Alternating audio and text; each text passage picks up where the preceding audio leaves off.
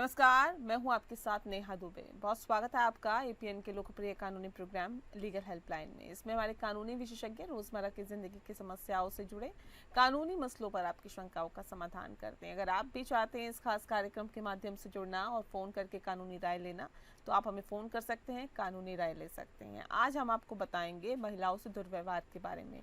क्या कानून है, कैसा कानून है, उसके लिए आप कैसे लड़ सकते हैं, कैसे अदालत तक जा सकते हैं, कैसे दरवाजा अदालत का खटखटा सकते हैं। इस विषय पे तफसील से चर्चा करने के लिए और जानकारी देने के लिए हमारे साथ कानूनी विशेषज्ञ अधिवक्ता राम नरेश यादव जी हैं। राम नरेश जी, बहुत बहुत स्वागत है आपका। नमस्कार मैम। जी, तो राम नरेश यादव जी आपको विस्तार से जानकारी देंगे, लेकिन उससे पहले आपको बता दें कि अगर आपका कोई सवाल है तो आप हमें कॉल कर सकते हैं। 01206127 937 पर कॉल करें या फिर 01206127 पर भी आप हमें कॉल कर सकते हैं। महिला दुर्व्यवहार से जुड़ा हुआ ये पूरा मामला आज हम आपको बताने जा रहे हैं।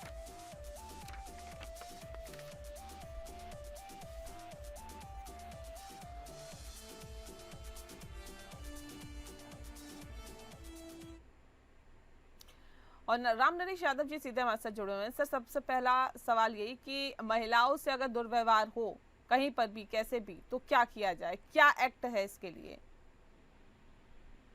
नेहा जी, भारत में यदि कोई महिला ट्रेन या विमान से यात्रा के दौरान कोई दुर्व्यवहार या उसका उत्पीड़न कर, उसके पास कुछ विकल्प होते हैं। जैसे अगर ट्रेन में वो सफर कर रही हैं तो महिलाएं जब ट्रेन में सफर करती हैं या स्टेशन पर जो भी मौजूद रेलवे प्रोटेक्शन फोर्स यानी कि रेलवे सुरक्षा बल के जो वहाँ पे कर्मचारी तैनात होते हैं, जो महिलाओं की या यात्रियों की या रेलवे की प्रोटेक्शन के लिए ही उनकी ड्यूटी वहाँ लगी होती है, तो उनको उनसे संपर्क कर सकती हैं और उनको वो अपनी शिकायत बता सकती है अगर कोई छेड़छाड़ या कोई दुर्व्यवहार या कोई उत्पीड़न उनके साथ हुआ हो। तो दूसरा, अगर ट्रेन के अलावा रेलवे प्लेटफॉर्म पे होता है या वो ट्रेन से उतर जाती है तो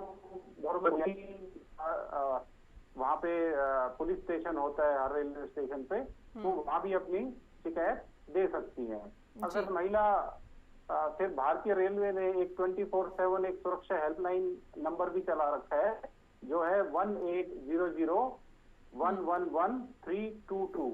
ये एक स्थापित किया है जिस पर यात्री का जो उत्पीड़न या उनकी सहायता के लिए वो कॉल कर सकते हैं।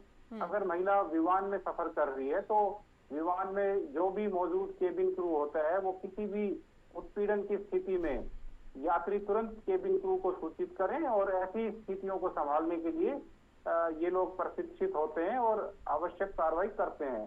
केबिन क्रू जो विमान के कैप्टन होते हैं, उनके पास वो उस शिकायत को पहुंचाते हैं और यात्रियों की सुरक्षा को सुनिश्चित करने के लिए कैप्टन जब वो लैंड करती है विमान, तो ग्राउंड अधिकारी जो वहाँ होते हैं उनको इस घटना की वो रिपोर्ट करते हैं ताकि कोई भी उत्पीड़न हो उसकी तुरंत विमान से उतरते ही उस जो संदिग्ध व्यक्ति है उसके खिलाफ एक्शन लिया जाता है।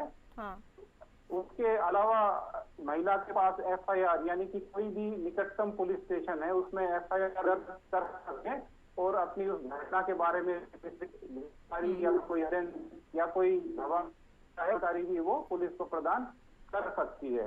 एक राज्य पुलिस ने ऑनलाइन पोर्टल भी चलाया हुआ है। अगर सपोज वो पर्सनली पुलिस स्टेशन में जाके नहीं करें तो कई राज्य पुलिस विभाग होते हैं जो ऑनलाइन शिकायत दर्ज करने की सुविधा प्रदान करते हैं, तो उसका भी हेल्प ले सकती है और अपनी शिकायत उसमें दर्ज कर सकती हैं। महिलाएं राष्ट्रीय महिला आयोग यानी कि अगर कोई जो महिला है पीड़ित है तो वो अपनी शिकायत NCW यानी महिलाओं के जो अधिकारों की रक्षा के लिए एक राष्ट्रीय महिला आयोग है, वो अपनी शिकायत सकती है। या तो वो डाक के द्वारा उस शिकायत को भेजें या एक आधिकारिक वेबसाइट राष्ट्रीय महिला आयोग ने बनाई है, उसमें वो अपनी एक कंप्लेंट दर्ज कर सकती हैं। चौथा है राष्ट्रीय मानवाधिकार आयोग, यानी कि कोई भी जब मानवाधिकार जिसमें ये होता है तो वो ऐसी चीजों को देखते हैं और पोर्टल है उसके माध्यम से ऑनलाइन या लिखित आवेदन के माध्यम से भी शिकायत की जा सकती है। जी। अक्सर देखा जाता है सर, ये शिकायतें आती है कि होटल्स और लॉन्च में भी जो कैमरे हैं, गुप्त कैमरे लगाए जाते हैं। ऐसा करने पर किस तरह की सजा का प्रावधान है और किस तरह का जुर्माना लगता है? गोपनीयता के जो उल्लंघन है उनसे कानून है जिस पर मैं चर्चा करूं। होटल या लॉज में छुपे कैमरों के माध्यम से महिलाओं की फोटोग्राफी करते हैं या उनकी वीडियो उनकी बिना अनुमति के कोई कैप्चर करता है, तो ये भारतीय कानूनों के तहत एक गंभीर अपराध है। सबसे पहले तो मैं जिक्र करता हूँ भारतीय न्याय संहिता का। तो भारतीय न्याय संहिता में सेक्शन 77 है, जो वो जिसको बोलते हैं कि बिना सहमति के किसी महिला की कोई निजी निजी जो पर्सनल गतिविधि है उसको देखना या उनकी फोटो को कैप्चर करना, ये एक अपराध है। तो इस तरह का जो भी अपराध करता है उसको फर्स्ट कन्विक्शन से 1 से 3 साल का कारावास या जुर्माना हो सकता है, और फिर से यानी कि अगर उस व्यक्ति की सेकंड कन्विक्शन होती है तो 3 से 7 साल तक की कारावास या जुर्माना या दोनों का प्रावधान दिया गया है।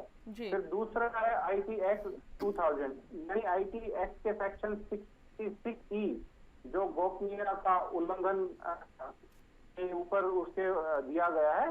तो उसकी परिभाषा है कि बिना सहमति के किसी व्यक्ति के निजी क्षेत्र की छवि को जानबूझकर कैप्चर या उसका पब्लिकेशन प्रकाशित या उसका प्रसारित करना उसमें शामिल होता है। तो ऐसा अपराध करने पर 3 साल तक की कारावास या 2 लाख रुपए तक का जुर्माना या दोनों भी आईटी एक्ट 2000 के सेक्शन 66E के तहत हो सकती है। तो सबसे पहले अगर इस टाइप का कोई अपराध हुआ है तो जो स्थानीय पुलिस है या जो साइबर अपराध शाखा है उसमें शिकायत कर सकते हैं। जी। सर, छेड़छाड़ या ईव टीजिंग का भी अगर जो मामला सामने आता है तो उसमें पीड़िता क्या करे, कैसे शिकायत करें और दोषियों पर क्या कार्रवाई संभव है? जी, अगर कोई ईव टीजिंग का मामला सामने आता है तो जो महिलाओं के साथ छेड़छाड़ या ईव टीजिंग जैसे जो अपराध है उनके खिलाफ जो भारतीय न्याय संहिता 2023 है उसमें सख्त कानूनी प्रावधान है। तो ये जो बीएनएस है उसमें जो भारतीय दंड संहिता यानी कि आईपीसी के स्थान पर ये इसको रिप्लेस किया है। तो सबसे पहले जो सेक्शन 74 जो इसको परिभाषित करता है, जो महिला की मर्यादा भंग करने के इरादे से हमला या आपराधिक बल का जो प्रयोग होता है, जैसे किसी महिला पर हमला करना या आपराधिक बल का प्रयोग करना जिसका उद्देश्य उसकी मर्यादा को भंग करना हो, तो इसके लिए 5 वर्ष तक की कारावास और जुर्माना ये हो सकता है। जो धारा 79 है उसमें जैसे शब्द से या संकेतों से या कृत्यों से महिला की मर्यादा का कोई अपमान करता है, जैसे शब्दों के उच्चारण से या कोई ध्वनि या कोई संकेत के द्वारा या वस्तु का जो प्रदर्शन करना है जिसका उद्देश्य किसी महिला की मर्यादा का अपमान करना होता है, उसमें 3 वर्ष तक की जो साधारण कारावास और जुर्माना का प्रावधान दिया होता है। तो ऐसा अपराध होने पर पीड़िता क्या करे, क्या कदम उठाए? तो सबसे पहले तो वो एक ऐसे सुरक्षित स्थान पर जाएं और आसपास के लोगों से सहायता मांगे और निकटतम जो भी पुलिस स्टेशन है उसमें एफआईआर दर्ज करें जिसमें घटना का पूरा विवरण हो। अगर व्यक्तिगत रूप से जाना संभव नहीं हो तो कई जो स्टेट्स हैं भारत के उसमें ऑनलाइन एफआईआर दर्ज करने की सुविधा और हेल्पलाइन नंबर भी उपलब्ध है, उसमें वो अपनी शिकायत दर्ज करते हैं। उसमें बताएं कि किस तारीख को किस समय किस स्थान पर, और अपराधी का विवरण ऐसी महत्वपूर्ण जानकारी अपनी कंप्लेंट के अंदर दें और कोई भी जो उसमें एविडेंस है, भौतिक साक्ष्य है, उसको सुरक्षित रखें और गवाहों की संपर्क जानकारी भी उसमें नोट करें और वो पुलिस को दें ताकि पुलिस को वो इजी रहे ट्रेस करने में। और फिर उसके बाद आप चिकित्सीय सहायता लें, यानी कि अगर आपको जो पीड़ित है उसको आवश्यकता पड़ने पर चिकित्सीय जांच करवाएं ताकि जो भी उनके चोट या कोई इस टाइप का आया है तो उनका एक जो डॉक्यूमेंटेशन हो जाए ताकि फोरेंसिक एविडेंस इकट्ठे किए जा सकें। जी सर, दफ्तर या छेड़छाड़ में यौन उत्पीड़न की घटना से कैसे निपटे और फौरी तौर पर सबसे पहले महिलाएं क्या करें? भारत में जो कार्यस्थल पर उत्पीड़न है उसमें यौन उत्पीड़न भी शामिल होता है। तो कार्यस्थल पर महिलाओं का यौन उत्पीड़न, उसका रोकथाम, निषेध और निवारण अधिनियम 2013 के तहत इसको संबोधित किया जाता है। और ये कानून जो पेशेवर सेटिंग में महिलाओं को यौन उत्पीड़न से बचाने के लिए एक व्यापक ढांचा प्रदान करता है। ये कानून है उसका सबसे पहले तो जो यौन उत्पीड़न है उसकी परिभाषा है, जिसमें शारीरिक संपर्क से अग्रिम यौन एहसान की मांग या अनुरोध या यौन रूप से रंगीन टिप्पणी या पोर्नोग्राफी प्रदर्शित करना जैसे ये अवांछित कार्य इसमें शामिल होते हैं। और पीड़ित महिला का जो दायरा होता है वो संगठित या असंगठित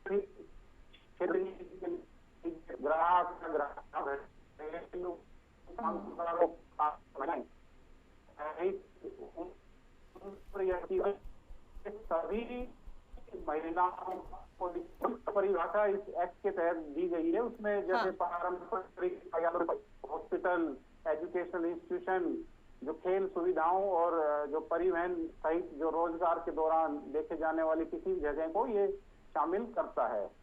तो इसके तहत एक आंतरिक शिकायत कमेटी होती है जो इसका शिकायत का निपटान के लिए जो भी 10 या उससे अधिक कर्मचारी किसी भी संगठन में होते हैं तो उसमें ये एक अनिवार्य है कि एक आईसीसी यानी कि इंटरनल कंप्लेंट कमेटी उसका गठन किया जाए। और जो भी जो नियोक्ता है वो प्रत्येक कार्यालय शाखा में एक आईसीसी का गठन का आदेश देता है।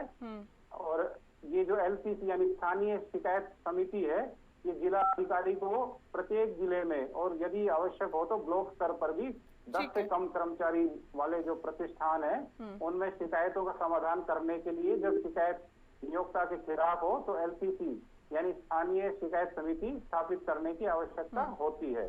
तो पीड़ित जो महिला है वो घटना के 3 महीने के अंदर आईसीसी या एलसीसी को लिखित में अपनी शिकायत प्रस्तुत उनको करनी होती है। और जांच शुरू करने से पहले आईसीसी या एलसीसी जो भी शिकायत करता है उनके अनुरोध किए जाने पर शिकायतकर्ता और प्रतिवादी के बीच समझौता भी करवा सकता है। उसके अंदर समझौते करवाने का भी एक विकल्प है।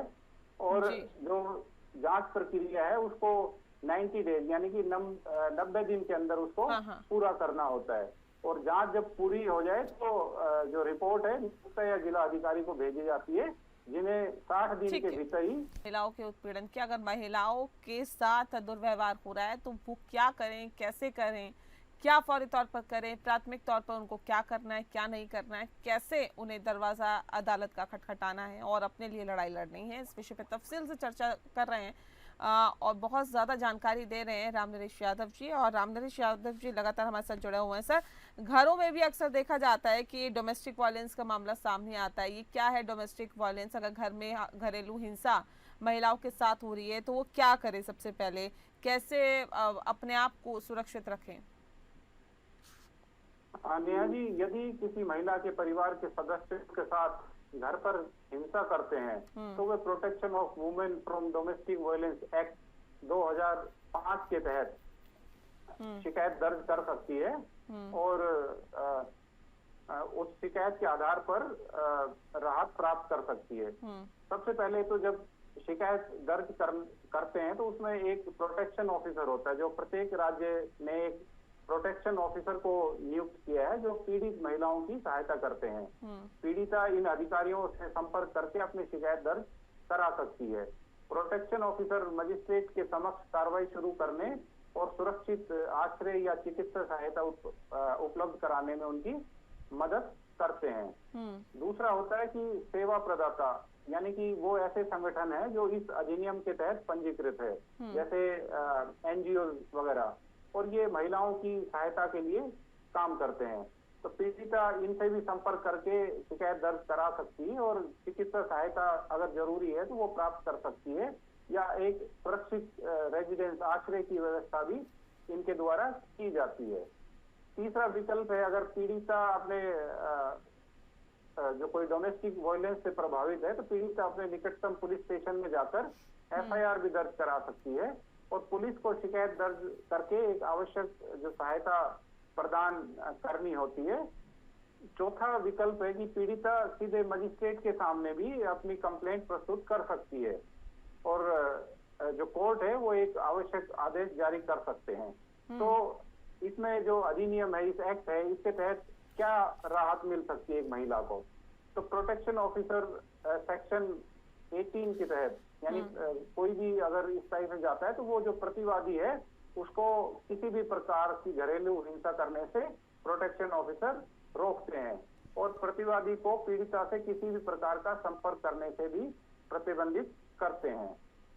इसके सेक्शन 19 में रेजिडेंस ऑर्डर का दिया गया है, यानी कि पीड़िता को जो साझा यानी ज्वाइंट जो घर है उसमें रहने का वो एक अधिकार सुनिश्चित करता है और प्रतिवादी को घर से बेदखल करने का आदेश देता है यदि आवश्यक हो तो।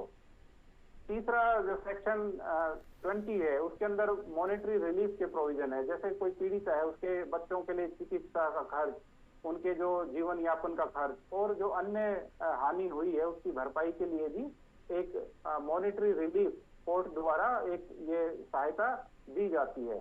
इंटरिम और एक्स पार्टी ऑर्डर जो सेक्शन 23 इसका बोलता है कि मजिस्ट्रेट द्वारा एक तुरंत राहत प्रदान करने के लिए एक अस्थायी आदेश जारी किया जाता है बिना प्रतिवादी के उपस्थित के, और एक इंटरिम ऑर्डर कोर्ट के द्वारा पास किया जाता है। सेक्शन 21 उसमें कंपनसेशन ऑर्डर के बारे में बात करता है, जो पीड़िता और उसके बच्चों को अस्थायी जो मेंटेनेंस है वो प्रदान करता है, जिससे बच्चों की सुरक्षा और पीड़िता की सुरक्षा सुनिश्चित हो सके। तो ये महत्वपूर्ण है कि पीड़िता अगर इस तरह की कोई उनके साथ डोमेस्टिक वायलेंस की घटना हो रही है तो उसके तुरंत उसकी कंप्लेंट करें और चिकित्सा सहायता लें और कानूनी सलाहकार या जो सहायता संगठन है उनसे राय लें और उचित कानूनी कार्रवाई है उसको उसका पालन करें। ठीक है। सर ये बताइए कि रेप की घटना के बाद किस तरह से कानूनी कार्रवाई पीड़िता को करवानी चाहिए, करनी चाहिए? नेहा जी, जब ऐसी कोई घटना होती है तो कोई भी जैसे शारीरिक चोट है उसका उपचार या फॉरेंसिक एविडेंस है उसको इकट्ठा करने के लिए तुरंत एक जो मेडिकल हेल्प लेनी चाहिए ऐसी पीड़िता को, और जो अस्पताल है वो जो बलात्कार पीड़ित हैं उनको मुफ्त चिकित्सा उपचार भी प्रदान करना है, ये उनके लिए अनिवार्य है। दूसरा कार्य है एफआईआर यानी प्रथम सूचना रिपोर्ट, उसको अपने निकटतम पुलिस स्टेशन में जाकर घटना की रिपोर्ट दर्ज करें और जो भारतीय नागरिक सुरक्षा संहिता है बीएनएस उसकी धारा 173 के अनुसार पुलिस को ऐसे जो कॉग्निजेबल संज्ञेय अपराध हैं उनमें एफआईआर मैंडेटरी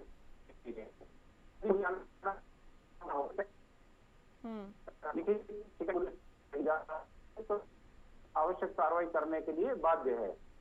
एफआईआर दर्ज होने के बाद जो भी पंजीकृत चिकित्सा प्रैक्टिशनर है उनके द्वारा पीड़ित का जो पीड़िता है विक्टिम है उनका चिकित्सा परीक्षण किया जाता है, जो एविडेंस इकट्ठा करने और उनका जो हेल्थ है उनका मूल्यांकन करने के लिए एक आवश्यक कदम है जी। चौथा, मजिस्ट्रेट के समक्ष पीड़िता का बयान जो बीएनएस की धारा 183 है उसके दर्ज किया जाता है, जो न्यायालय में एक महत्वपूर्ण एविडेंस होता है। और जो बलात्कार है उसकी परिभाषा बीएनएस के सेक्शन 63 में दी गई है और कोई भी जो बीएनएस के 64 सेक्शन में बलात्कार के अपराध के लिए कठोर कारावास का प्रावधान है, जिसकी अवधि पीड़िता की आयु और परिस्थितियों के आधार पर निर्धारित होती है। जैसे 16 वर्ष से कम आयु की किसी महिला के साथ अगर बलात्कार होता है तो ऐसे मामलों में कम से कम 20 साल की कठोर कारावास और आजीवन कारावास तक का प्रावधान दिया गया हुआ है जी। चलिए, बहुत शुक्रिया आपका रामनरेश यादव जी, आपने बहुत ही विस्तार से इस विषय से संबंधित जानकारी हमारे दर्शकों को दी, इसके लिए आपका बहुत बहुत शुक्रिया। इसी के साथ लीगल हेल्पलाइन में फिलहाल के लिए इतना ही। नमस्कार।